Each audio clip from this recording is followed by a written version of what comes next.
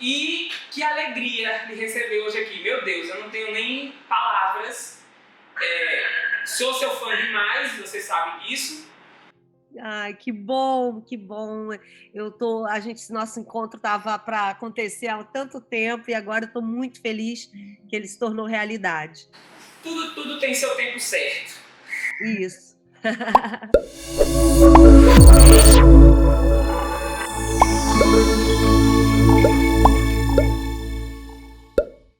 Dira, você nasceu em Abaetetuba, Pará, em 30 de junho de 1969. O engraçado é que você hoje é uma atriz de TV e cinema, reconhecida, muito admirada, mas o local onde você nasceu é um local distante dos grandes centros de produção audiovisual. Como que se deu o seu caminho até a TV? E antes disso, como que deu o seu encontro com a arte? Como você entendeu que você era atriz? Olha, Fernando, eu nasci em Abaetetuba, minha família vem toda de lá. Abaetetuba é uma cidade muito assim importante dentro do norte do Pará. É uma cidade com mais de 200 mil habitantes. É uma cidade que tem é a terra do açaí, é uma terra de produção muito grande, assim, na época, né, do meu pai, de produção de tijolos, produção de café, é uma cidade autônoma, e meu pai, minha família toda vem dessa cidade, que quer dizer terra de homem forte, Abaetetuba. E aí eu nasço por um acaso em Abaetetuba, porque a nossa família já estava de malas prontas para ir para Belém, porque meus irmãos já estavam, os mais velhos, adolescentes, minha mãe queria que eles estudassem no colégio em Belém do Pará, e aí eu nasço de 8 meses, fazendo essa surpresa para a mamãe, e aí eles têm que adiar mais uns 2 meses a saída para Belém. Então, na verdade, eu nasço em Abaetetuba, mas eu sou criada em Belém do Pará. E em Belém do Pará, como eu tenho irmãos mais velhos, eu sou a sexta de 7 filhos, meus irmãos foram ótimos exemplos para mim. E a mamãe, desde cedo, falou muito claramente para a gente: o que vocês vão receber de herança é a educação.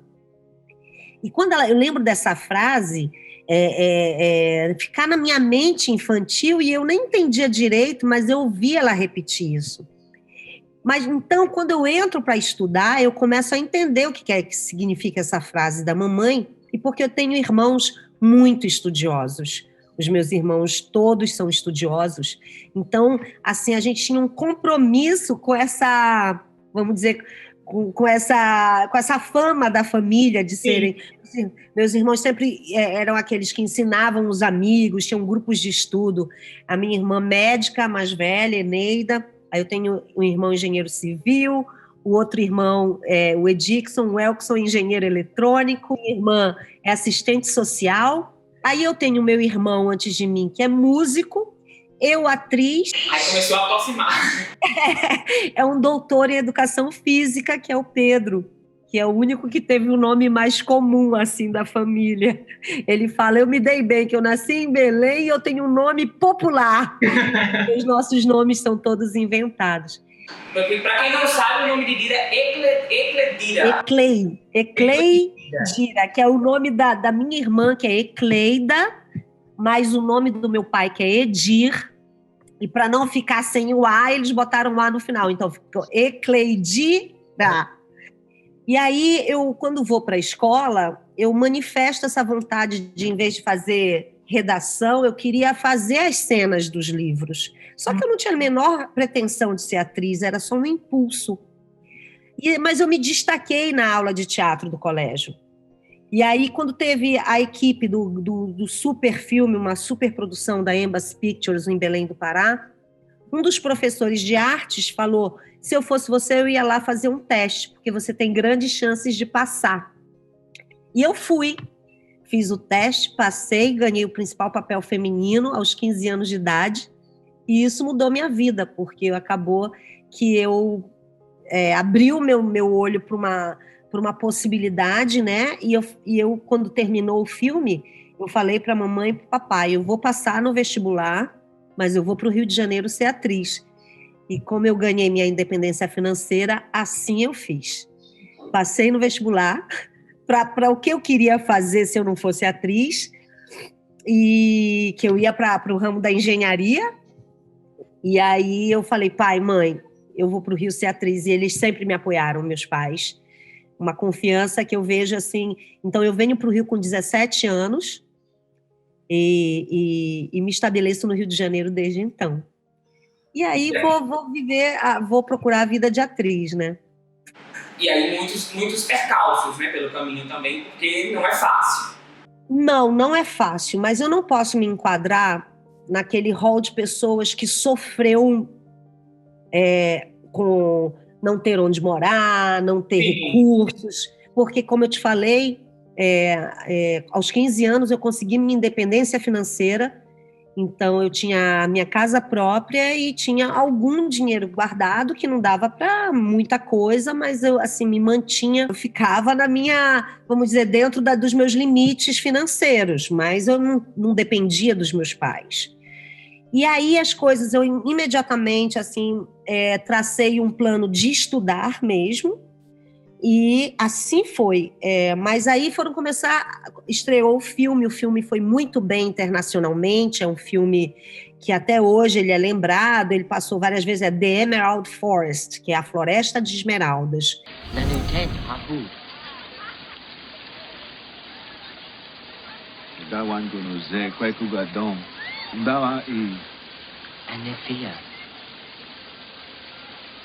Que é uma aventura na Amazônia muito precursora de todos os assuntos que a gente fala hoje, né?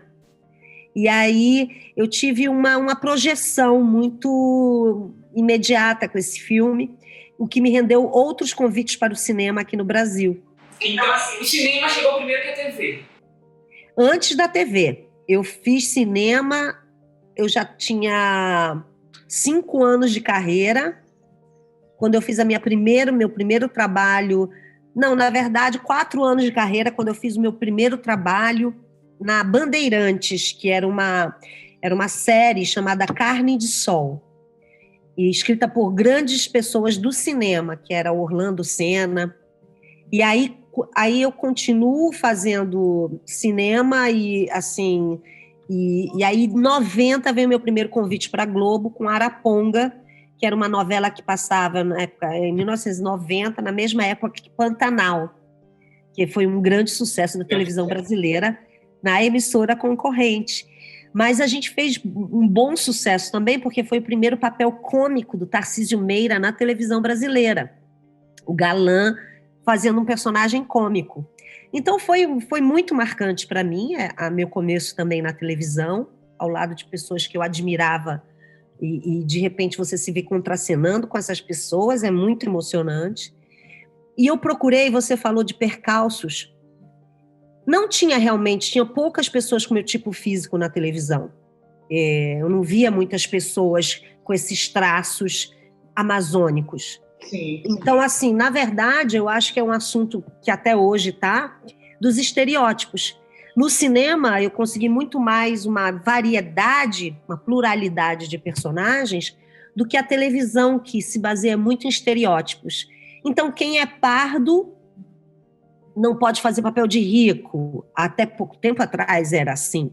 O racismo estrutural está em tudo, inclusive e talvez principalmente difundido pela televisão e pela estética que era mostrada, né? Isso é legal porque, inclusive, eu tenho uma pergunta aqui para você que viria mais à frente, mas já que a gente já chegou nesse ponto, eu vou adiantá-la. Você é uma pessoa que abraça tantas causas, que tem consciência de tudo isso, da questão do racismo, que você acabou de abordar. Como é para você, de uma certa forma, se adequar a tudo isso? Você é vaidosa? Como é que você chega a se adequar a esses padrões? Eu consigo entender perfeitamente essa questão dos padrões, porque os deficientes visuais, quando são interpretados na TV, também no cinema, sempre existe o estereótipo do deficiente com óculos escuros, do deficiente às vezes sensitivo, porque é quase como uma regra do cego ser um cego que tem visões espirituais, enfim. Então eu queria que você falasse um pouquinho dessa questão, de como você faz essa ponte aí, da sua consciência como pessoa, de que isso existe e que não é tão legal assim, com uma atriz que também se adequa a isso. Ótima pergunta, Fernando, porque nós todos estamos envolvidos com racismo estrutural. Só que eu tinha desde jovem um componente que é um antídoto contra esse tipo de preconceito, e como você citou, também contra os cegos, né, que sofrem da estereotipagem, é que eu sempre tive uma autoestima muito bem resolvida comigo mesma. Tanto é que eu nunca fui à televisão procurar trabalho, oferecer trabalho. Eu falei, eu quero que me desejem, que me queiram. Então, eu esperei esse convite acontecer. E eu tentei pautar muito meus personagens para que, quando eu fizesse um personagem que eu considerasse estereotipado, ele fosse um personagem importante. Não dá para você se estereotipar numa coisa que é rasa. Então, toda vez, assim, por exemplo, a mãe da Morena em Salve Jorge. É uma mulher, é uma vó, essa mãe da comunidade que luta pela filha e que são as mulheres que são a base o alicerce da nossa sociedade, que são essas mães que acabam cuidando dos netos para as filhas poderem trabalhar. Mas ali era uma personagem muito importante que ia ter profundidade. Então você se entrega para um personagem desse. E eu acho que dentro dessa gama de personagens populares que eu já fiz, eles são diferentes entre si. Então, assim mesmo, por exemplo, Verão 90, a mãe também batalhadora, é um personagem clássico. Então, esse personagem ele vai vir cada vez mais porque eu tô com uma idade de ser mãe, de ser avó. Então, assim, eu tenho que também entender a transformação da minha máscara, mas eu não me deixo corromper nunca mais por atitudes que não condizem com esse novo olhar que a gente tem que ter sobre os direitos iguais entre gêneros, raça, entre orientação sexual. Ou seja, a gente tem que combater esse tipo de preconceito e racismo. E quanto aos cegos, como você bem falou, também temos, através da arte, a perpetuação desse, vamos chamar de estereótipo. Mas na tragédia grega, né, Tiresias era o grande cego. Sim. E Tiresias era o grande sábio. Sim. Então, assim, sempre esteve vinculado, né, a essa imagem daquele que consegue amparar a todos, quase como um grande psicólogo do reino, e também, como você falou, aquele que consegue conversar com o que não faz parte do mundo visual, né? Do mundo etéreo, assim. Então, são estereótipos que são trazidos realmente por anos e que acabam sendo absorvidos dentro da sociedade sem discussão. E agora a gente está tendo a oportunidade de romper essas barreiras. E as redes sociais, elas têm que entrar como aliadas dessa desestruturação do racismo. E quando a gente fala racismo, não é racismo só de cor, é também o preconceito contra o cego, sim, preconceito contra as trans, as pessoas transgênero. Religioso, fundamentalmente. A gente está vivendo esse fundamentalismo religioso que tem sido muito prejudicial para a sociedade.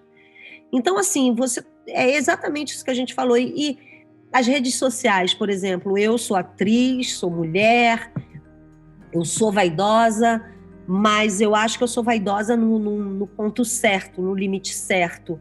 Eu tento, por exemplo, Eu tento ser mais assim essencial como Dira na vida, no cotidiano. Eu sou uma mulher normal, com atividades normais de uma mãe e também com esse glamour que envolve a atriz Dira Paz. Mas eu nunca esqueci e nunca esqueço e nunca escondi a Ecleidira, sabe? E a Ecleidira que vem do norte hoje, Dira, você considera importante usar da sua representatividade, da força que você tem diante dos meios de comunicação de massa que você trabalha, para exaltar e fortalecer a cultura do norte? Você tem ligação com o norte? Você volta ao norte ainda hoje? Sim, totalmente. Para você ver, eu tenho um orgulho da minha origem, tenho orgulho da cultura que existe em volta de ser uma mulher amazônica, ou seja, eu sou uma amazônida, eu trago isso na minha pele, eu trago isso nos meus traços, no meu cabelo. Então, assim, se você tem oportunidade de divulgar esse lugar que é o teu berço e fazer com que as pessoas possam olhar para ele e ajudar a combater, vamos dizer, a exploração dos recursos naturais que acontecem no Pará, no estado do Pará, que é cortado por uma grande rodovia, que é a BR-101, que liga Belém a Anápolis, onde escoou todo o mogno da terra do meio do Pará. O Greenpeace fez tanto, mas não conseguiu frear. Nós temos 2 portos muito importantes, muito mais próximos da Europa e da Flórida, e muito mais próximos dessa... Então, é um estado que sofreu muito mais que os outros estados essa degradação e essa exploração indevida, tanto quando a gente fala do sul do Pará, do minério que existe no sul do Pará, quanto do meio ambiente, do bioma amazônico. Eu, como atriz e como cidadã, eu era cidadã já antes de ser atriz, porque eu aprendi com Betinho a ser cidadã e a importância da palavra cidadania. E aí, isso, por ser uma mulher, uma estudante ligada nos direitos humanos, desde cedo eu já percebia que o Brasil do Norte é um Brasil aparentemente esquecido pelo Estado brasileiro. Ou então ele fica em última opção, ou em um último olhar de investimento, de cuidados do Estado, do governo. Então eu me sinto assim, não só eu exalto as nossas belezas, a nossa cultura, mas também eu sou aquela pessoa defensora das mazelas do Estado, principalmente do Estado do Pará. Para que as pessoas olhem para isso, né, Bíblia? Para que meio que jogar luz nesse... Exatamente, é usufruir da minha visibilidade como atriz, e eu sei que eu sou uma pessoa que eu me comunico com um grande público, usar um pouco dessa visibilidade para lançar luz sobre esses temas, que são temas, na verdade, sempre que dizem respeito a uma má gestão do Estado brasileiro sobre suas riquezas e suas, vamos dizer, seus recursos naturais, que são fundamentais para a nossa sobrevivência e para a sobrevivência do planeta. Então, assim, eu acho que hoje todo ser consciente, todo cidadão, ele é um ativista. E as redes sociais nos permitiram, com um clique, você assina um abaixo-assinado que pode mudar uma lei que seja prejudicial para a Amazônia. Então, eu acredito que todos nós, conectados, e a gente tem que torcer muito para que a população menos favorecida possa também estar conectada. E a mídia ativismo, hoje é uma palavra, né? Mídia ativismo, é uma palavra unida. Porque o mediativismo, ele vem para mostrar para a gente que todos nós temos o dever de sermos cidadãos. Olha você que poderia estar passivo à sua dificuldade de não ser uma pessoa que vê, Mas talvez você enxergue muito mais do que muita gente que poderia estar com todos os seus sentidos aguçados em prol da sociedade. Porque quando a gente cuida da sociedade, Fernando, a gente está cuidando da gente, né? Com certeza. Afinal de contas, é como se fosse uma grande família vivendo numa grande casa, né? Nós estamos compartilhando os mesmos espaços. E eu sempre falo para minha mãe que eu sou ativista da hora que eu me levanto até a hora que eu me deito. Porque a partir do momento que eu posto uma foto minha numa festa, eu estou conscientizando as pessoas que me seguem no Instagram de que os cegos, os deficientes visuais, eles não ficam só em casa, eles vão para festas, eles estão no mercado de trabalho. Estar com você, que tem uma grande visibilidade, é mostrar que um cego ele pode se formar jornalista e ele pode entrevistar a Dira Paz. Ai, que bom. Mas você, Fernando, você tem realmente uma sagacidade que vai além de tudo que você pode enfrentar de preconceito. Agora, realmente, como você está dizendo, o exemplo é a arma mais eficaz contra a ignorância. Com certeza. Porque uma coisa a gente está falando aqui, né, Fernando? A gente fala, mas como você falou, outra coisa é agir. Agir é o grande transformador. O verbo é o que transforma. Não é o substantivo. O verbo é o que movimenta, né?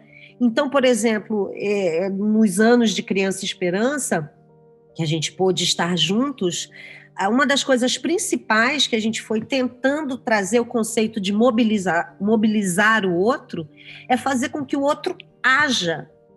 Então, você, quando se permite estar numa festa, se permite enfrentar a vida como ela é, você, sem dúvida nenhuma, você está munido da sua coragem, da sua autoestima, da vontade de interagir com o outro. Então, eu acho assim, Fernando, que a sua superação, ela vale mais do que 1000 palavras, entende? Então, continue assim, realmente. Obrigado. Eu me sinto totalmente, por exemplo, quando você fala assim, entrevistar você, Dira Paz, e eu me sinto assim, poxa, que honra, que prazer estar sendo entrevistada por você, Fernando. Oh, meu Deus do céu! Eu não posso me emocionar, pelo amor de Deus. Porque você ensinou muito pra gente quando a gente se conheceu. Eu lembro que todos nós, assim, quando eu voltei para contar do nosso encontro, nós todos assim, ficamos muito tocados com esse exemplo que justamente onde você mais, eu acho que você rompe barreiras. Porque uma coisa é você estar na frente, na sua casa, fazendo seus projetos, do lado das pessoas que te amam. Outra coisa é essa pessoa atravessar fora da sua casa, estar numa condução ou num carro para ir para um lugar, encontrar pessoas novas. Exato. Isso é maravilhoso. É um exemplo muito lindo de quem se gosta e de quem gosta de viver. E o bate-papo com Dira Paz não termina por aqui. Olha só o que está vindo aí. Qual foi a lição que a Celeste de Fenestampo, que era uma mulher que passou por agressões, era agredida durante o casamento, qual foi a lição que ela deixou? Eu acho que no ano de 2019 e 2020 são os anos de maior enfrentamento e superação que eu já vi durante toda a minha existência. Fernando, não vale. Você disse que ia me entrevistar 30 minutos e me entrevistou meia hora. Poxa!